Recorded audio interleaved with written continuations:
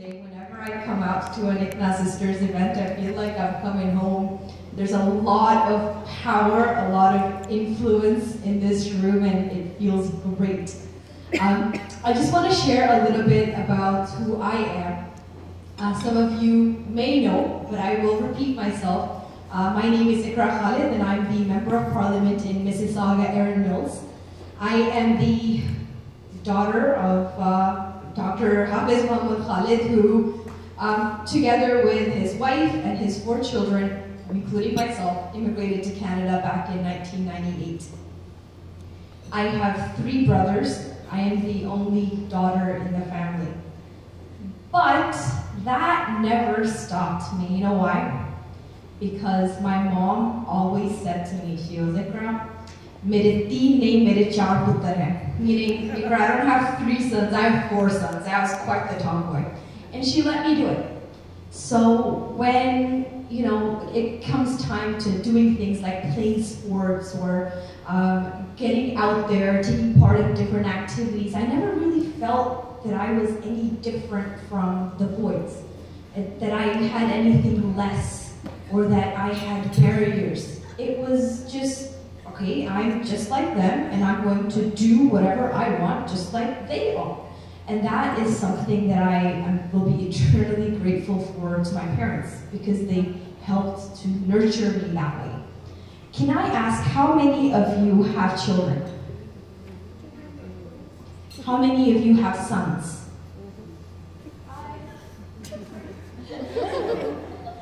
How many of you are teaching your sons how to cook?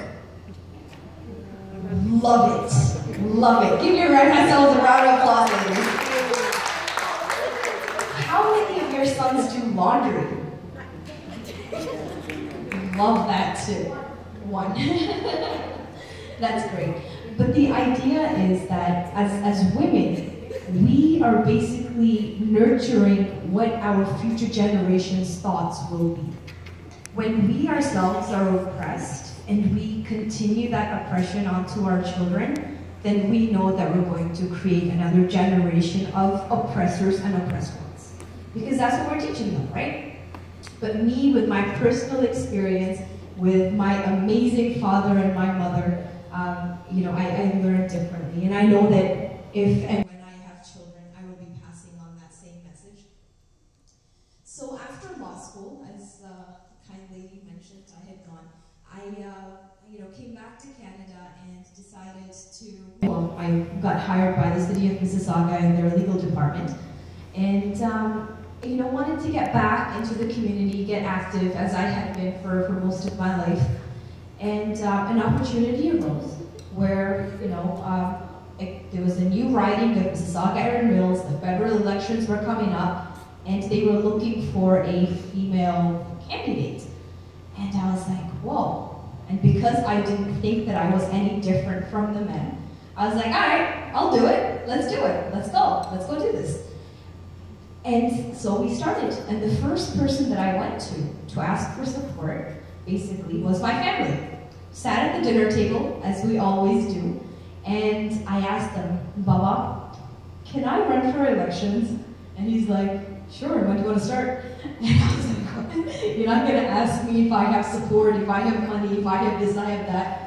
You know, that unconditional support that comes from your family it's a godsend, it's a blessing, and having gotten to know our community, I know that not everybody has it, and I'm that much more grateful for it. So as the campaign continued, I got to meet some really, really, really cool people. One of them is sitting in this room. Her name is Afia. She is an inspiration. And you know why? Because all of Churchill Meadows is scared of this woman. She runs it. And she doesn't run it alone.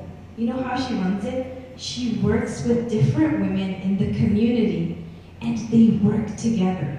The ICNA Sisters team are amazing. They are women on a mission.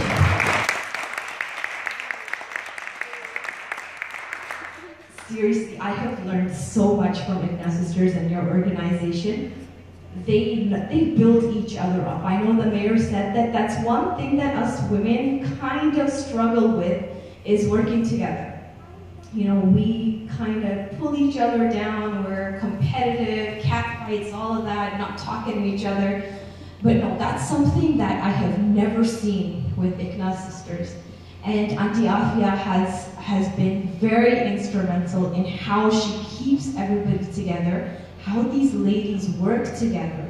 And once they start a project, they're on it, they're gonna go through with it, and they will be the best at it. So thank you very much for giving me that lesson, ladies. You guys are amazing. So, as you can see, I'm standing here. We won the election, right? Who would have thought? And that's something that, you know, a lot of people were not expecting me to win. And that's completely okay, you know, because the underdogs always rock, right? But one thing also that I noticed throughout the campaign was the parity in gender with people that were getting involved in the campaign. Oftentimes, I found myself surrounded by men and not a single woman in sight. And that was a little bit hard because they didn't understand the same things that, you know, with my reality is not the same as their reality, and sometimes it's nice to have that sisterhood to kind of keep you supported and going along. And when I would go out door knocking, oftentimes we would have women who, you know, and not Muslim, not South Asian, not of anything, you know, of any specific origin, women who would say, "Oh, I don't know who I'm going to vote for, I'll ask my husband." Ladies, you know, we are informed, we're smart, and we are capable of making decisions for ourselves. Oh my God! You know what it says on here? It says, "Time's up." The smiley face doesn't help. Well, I will be very quick now, thank you. So fast forward, move to the House of Commons. There's 88 of us women that are elected, and I sit on the Committee for Justice and Human Rights. And I'm the only woman on that committee, and I can tell you, we haven't had a lot of meetings, but the meetings that I've had so far, I've had to fight for the women perspective to be included in the law. And you know, imagine if I was not there. So we do need a lot more women in politics. Some other fun facts: there are only 4 bathroom stalls for women in the House of Commons, so if you have to pee, you have to wait in line. So that's something else that we're going to be changing. I'm also the vice chair for the Women's Caucus, which means that we collectively, as elected female MPs, will be working together to really tackle gender issues collectively. I know that ICNA Sisters has reached out to me, and I'm always willing and available for all of you who need the help, the guidance. Please come into my office, 3100 Ridgeway Drive. We have Sarah Hatton. Please wave, Sarah. Sarah is my next in charge, so if any of you want to get a hold of me, she's the person to go to, 3100 Ridgeway Drive. And one more time, 3100 Ridgeway Drive. Don't forget the address. Come by, we'd love to have you. Thank you very much for having me here today. It's been a pleasure. Thank you.